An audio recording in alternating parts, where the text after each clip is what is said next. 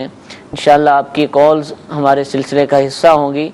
آپ کسی بھی حوالے سے شرعی رہنمائی حاصل کرنا چاہیں، دینی مسئلہ پوچھنا چاہیں تو ہمارے نمبر اسکرین پر دکھائے جائیں گے، آپ ان پر رابطہ کیجیے۔ انشاءاللہ ممکن ہوا تو آپ کا سوال سلسلے میں شامل کر لیا جائے گا۔ درود پاک کی فضیلت سنتے ہیں۔ نبی کریم صلی اللہ تعالی علیہ وآلہ وسلم نے ارشاد فرمایا، جو کوئی شخص مجھ پر ایک مرتبہ درود پاک پڑھتا ہے اللہ تعالیٰ اس پر 10 رحمتیں نازل فرماتا ہے۔ صلو علی الحبیب صلی اللہ تعالی علی محمد صلی اللہ تعالی علیہ وآلہ وسلم۔ بڑھتے ہیں اپنی کالز کی طرف، پہلی کال سلسلے میں شامل کرتے ہیں، چلائیے۔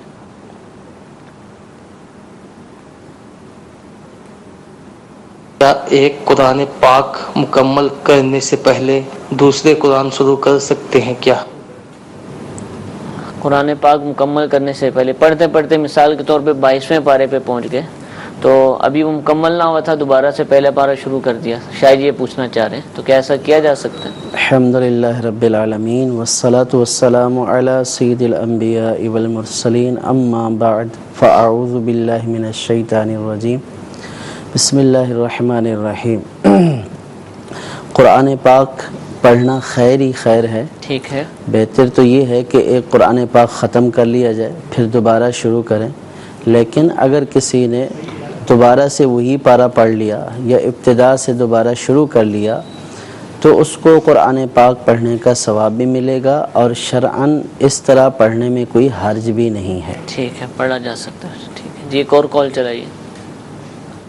میں عبدالقادر خان عطاری ہند سے بول رہا ہوں۔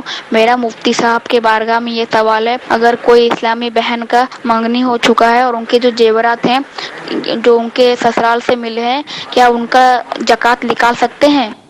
جی، منگنی پر بھی انگوٹھی پہنا دی جاتی ہے یا اور بھی چیزیں ہوتی ہیں، بریسلٹ وغیرہ، تو اب وہ زکوٰۃ کس پر ہے؟ وہ مالک ہو چکی ہیں یا ابھی شادی کے بعد ملکیت آئے گی، کیا ہوگا؟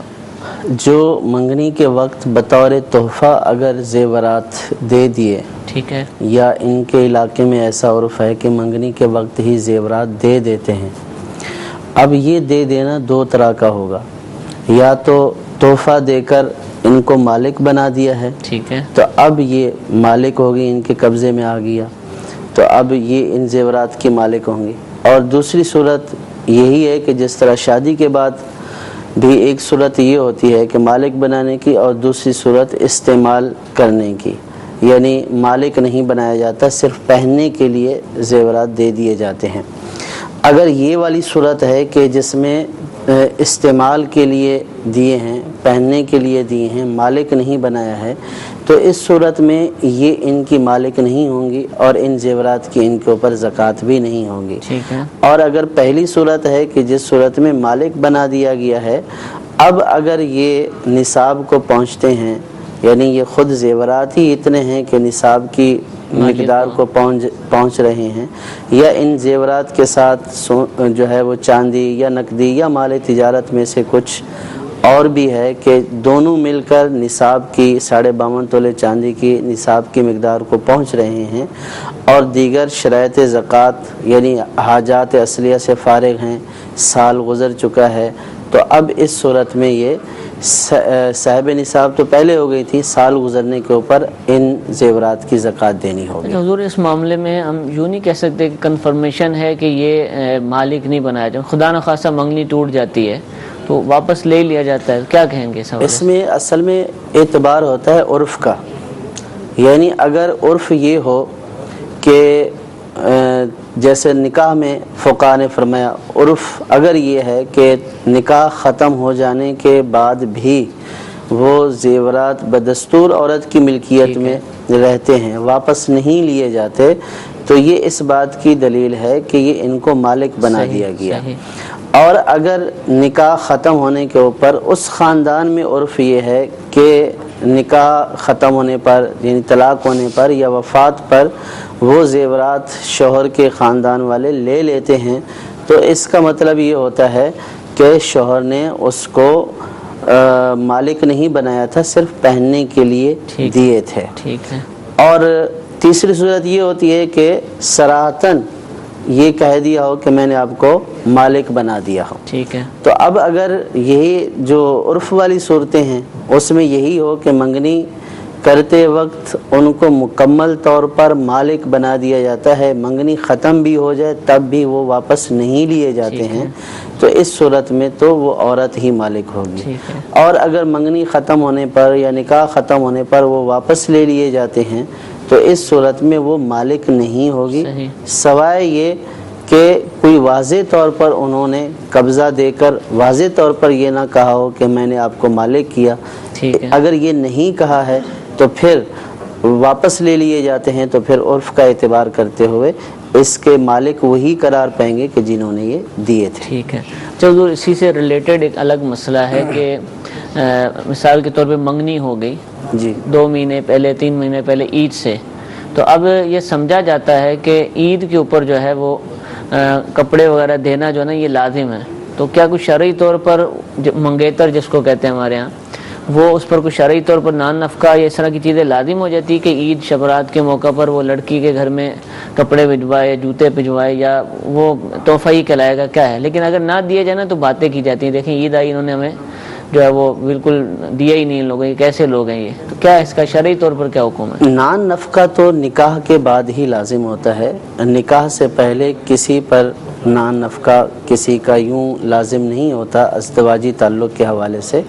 جب ازدواجی رشتہ قائم ہوگا تو اس کے بعد ہی نان نفقہ ہوگا. اور اس کے علاوہ جو عام طور پر رواج ہوتا ہے کہ عید کے موقع پر جہاں منگنی ہوتی ہے تو دے دیتے ہیں، تو یہ بھی دینا نہ لڑکی والوں پر لازم ہے نہ لڑکے والوں پر شرعاً لازم ہے، کسی پر بھی یہ لازم نہیں ہے. اور اگر یہ دے دیا جاتا ہے تو یہ دے دینا تحفہ کہلائے گا. لیکن ایک صورت اس میں ناجائز کی بھی ہو سکتی ہے کہ اگر کوئی اس لیے دے رہا ہے کہ نہ دے گا تو تان و تشنی ہوگی، عزت خراب ہوگی، تو اب اس سے بچنے کے لیے دے رہا ہے تو پھر یہ صورت رشوت کی لگتی ہے کہ اس نے ویسے نہیں دینا، اس لیے دے رہا ہے کہ اپنی عزت بچائے، یا وہ رشتہ توڑ دیں گے تو اب اس لیے دے رہا ہے تاکہ رشتہ برقرار رکھے، تو یہ صورت رشوت کی بھی ہو سکتی ہے. تو اس لیے اس طرح کے معاملات میں اولاً تو یہ کہ منگنی ایک عہد و پیمان ہوتا ہے، وعدہ ہوتا ہے کہ ہاں ایسا آپ کے ساتھ نکاح ہوگا، تو اس میں اس طرح کے معاملات نہ کیے جائیں کہ جن کے اوپر شرعی اعتبار سے گرفت ہوتی ہو، رشوت یا ناجائز معاملات ہوتے ہوں، تو ان سے بچنا چاہیے. ٹھیک. اچھا، ضمناً غلط فہمی نہ ہو جائے اس لیے عرض کروں کہ منگنی کی ہم نے بات کی کہ منگنی پر انگوٹھی پہنائی جاتی ہے، تو کیا مرد کو بھی انگوٹھی وغیرہ پہنائی جا سکتی ہے؟ پھر دوسرا یہ بھی ارشاد فرما دیں کہ جو آج کل سننے میں آیا ہے کہ مردوں عورت خود ہی ایک دوسرے کو انگوٹھی پہنا دیتے ہیں، تو کیا یہ انداز بھی درست ہوگا؟ ہمارا مسئلہ تو زکوٰۃ کا اپنی جگہ پر تھا، لیکن اس سے کیا یہ چیزیں بھی جائز ہو جائیں گی؟ لڑکے کو سونے کی چاندی کے علاوہ کسی بھی دھات کی انگوٹھی جو ہے وہ پہنانا جائز نہیں ہے، اور اس کے لیے پہننا بھی جائز نہیں ہے. ٹھیک ہے. اور چاندی کی بھی انگوٹھی اور اس کی بھی مقدار ہے 4.5 ماشے سے جو ہے وہ اس کی مقدار یا اس سے کم کی مقدار کی انگوٹھی بنی ہوئی ہو 1 نگ والی، تو وہ دی جا سکتی ہے. صحیح. اب یہ کہ اس کو پہنائے گا کون؟ ٹھیک ہے. تو اب اس میں یہ ہے کہ جیسا کہ پہلے عرض کیا گیا کہ منگنی ایک وعدہ ہے، منگنی ہونے سے دونوں جو ہے وہ آپس میں میاں بیوی نہیں ہو جاتے، ایک دوسرے کے محرم نہیں بنتے. صحیح. محرم یا میاں بیوی نکاح ہونے کے بعد ہی بنتے ہیں، نکاح سے پہلے یہ ایک دوسرے کے لیے غیر محرم ہیں. ان کا ایک دوسرے کو انگوٹھی پہنانا تو بہت دور کی بات، ان کا آپس میں ایک دوسرے کے سامنے آنا بھی جائز نہیں ہے. صحیح. بات چیت کرنا بھی جائز نہیں ہے کہ یہ غیر محرم ہیں. جس طرح کسی دوسرے شخص کے ساتھ اس خاتون کا یا اس لڑکی کا بات چیت کرنا، گفتگو کرنا جائز نہیں ہے، تو اسی طرح جس سے منگنی ہوئی ہے تو اس سے بھی یہ جائز نہیں ہے کہ وہ بھی غیر محرم ہی ہے اس کا. ٹھیک ہے. تو یہ جو اس طرح کرتے ہیں، یعنی کہ لڑکا لڑکی کو پہنائے یا لڑکی لڑکے کو پہنائے، تو یہ ناجائز و حرام والی صورت ہے. اس سے ہر مسلمان کو بچنا چاہیے. اور پھر یہ مشاہدے کی بات ہے کہ منگنی پکا جو ہے وہ عقد تو ہوتا نہیں ہے، ٹوٹ بھی جاتی ہے. اور پھر ٹوٹ جانے کے بعد جو ہے وہ اس طرح کی پھر تصویریں، پھر یہ سارے معاملات ہوتے ہیں، اور پھر اس سے جو دیگر گناہوں کے دروازے کھلتے ہیں، اس میں لڑکے کا تو کم نقصان ہوتا ہے، لڑکی والوں کا زیادہ نقصان ہوتا ہے۔ تو لڑکی والوں کو اپنی عزت و عصمت کی حفاظت کرنا چاہیے، اور صرف اسی کے آگے ہی عورت کو جانا چاہیے کہ جس کے آگے اس کا جانا جائز ہے۔ جس کے سامنے اس کا جانا جائز نہیں ہے تو اس کے سامنے بغیر پردے کے جانا جائز نہیں ہے، اگرچہ کہ وہ اس کا منگیتر ہی کیوں نہ ہو۔ تو یہ جو بڑا بھائی بھی جاتا ہے، چلے وہ منگیتر ہونے والا وہ نہیں گیا لڑکی کو دیکھنے، جب رشتہ لینے کے، یہ جو رشتے اور منگنی کے درمیان بھی آنا جانا ہوتا ہے، اور منگنی اور نکاح کے درمیان بھی رسموں وغیرہ کے لیے آنا جانا ہوتا ہے، تو چلو لڑکا تو نہیں جا رہا ہے، لیکن لڑکے کا بھائی ہے اور اس کا باپ ہے اور اس طرح کے رشتہ دار ہیں کہ جو اس لڑکی کے لیے تو نامحرم ہے، تو کیا یہ سارے جا سکتے ہیں؟ گھر میں بیٹھ جائیں جا کر ڈرائنگ روم میں، اور لڑکی بھی ہے اور اس کی دیگر بہنیں بھی ہیں اور بھی اس کے رشتہ دار ہیں، کوئی خونی رشتہ بھی نہیں آپس کے اندر، تو کیا یہ انداز ایک لفظ عرض کیا ہے غیر محرم، غیر محرم، جو اس کا غیر محرم ہے اس کے سامنے اس کا جانا جائز نہیں ہے، چاہے وہ جس سے منگنی ہوئی ہے وہ ہو، اس کا باپ ہو، اس کا بھائی ہو، ابھی تو یہ سارے غیر محرم ہی ہیں، ٹھیک ہے، اور نکاح ہو جانے کے بعد بھی بھائی محرم نہیں ہو جائے گا۔ صحیح۔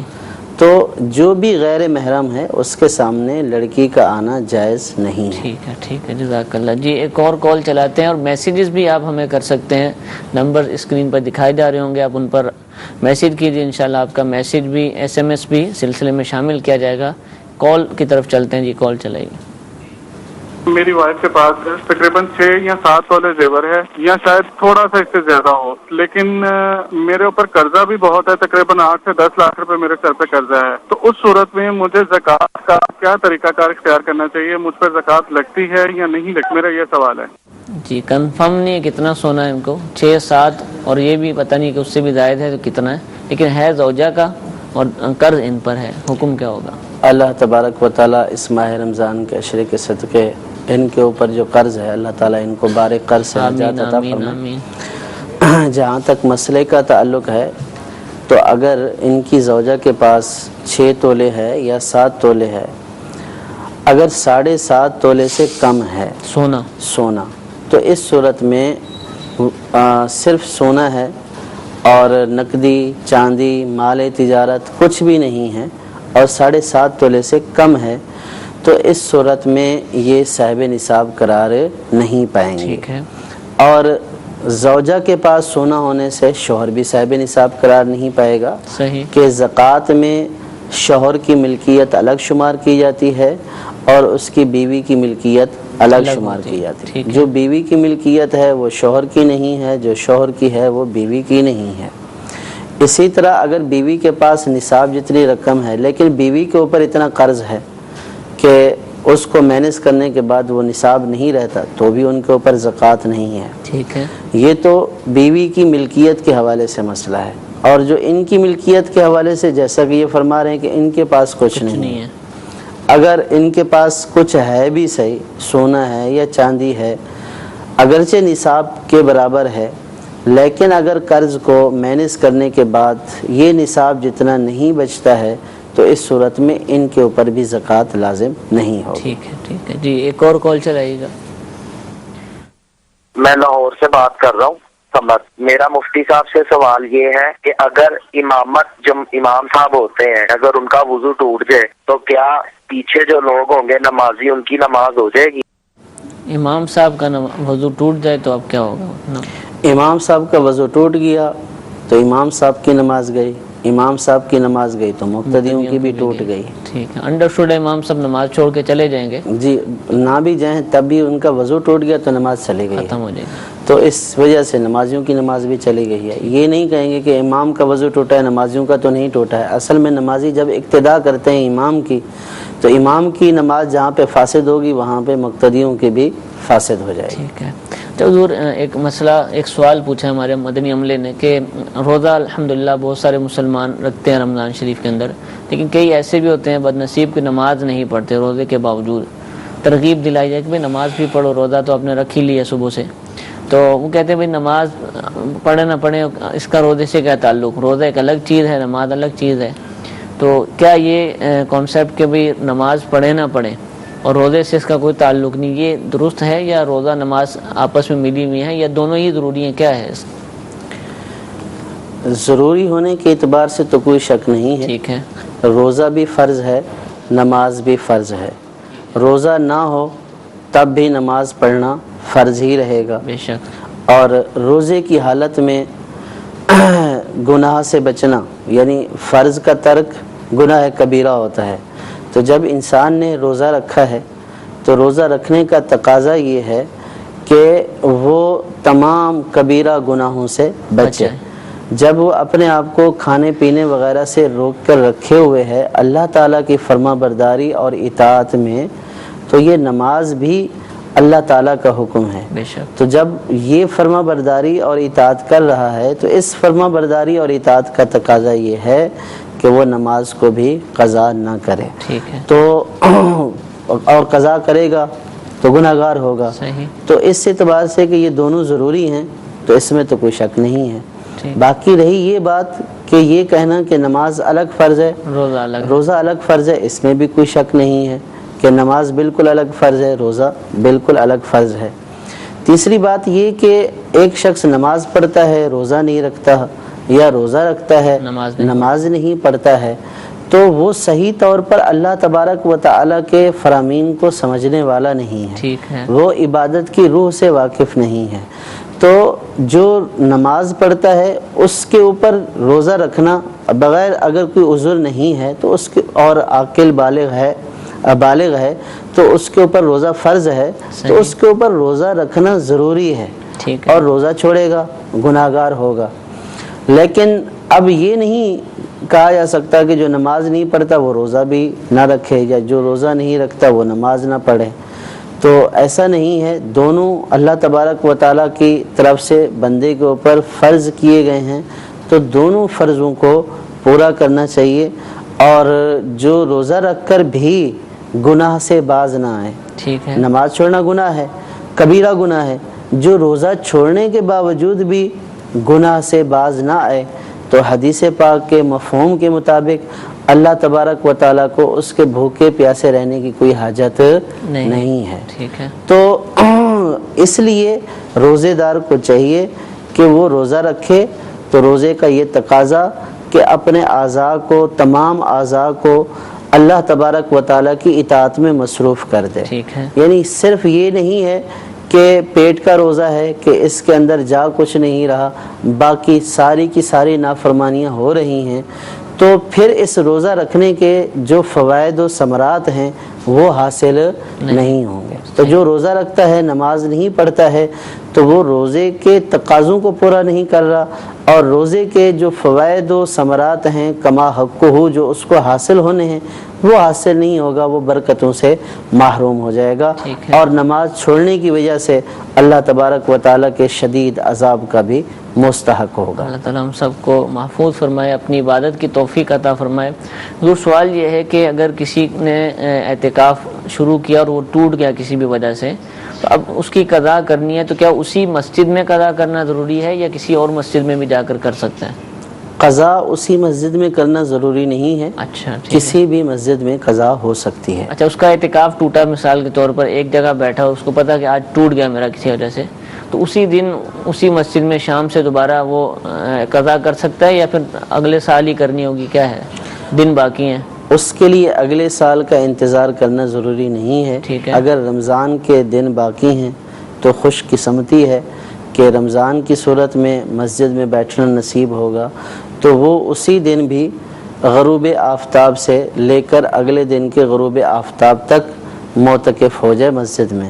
اور روزہ رکھنا بھی شرط ہے، اور اعتکاف کی ساری وہ پابندیاں ہوں گی جو اعتکاف میں ہوتی ہیں، تو اس کی قضا کر لے.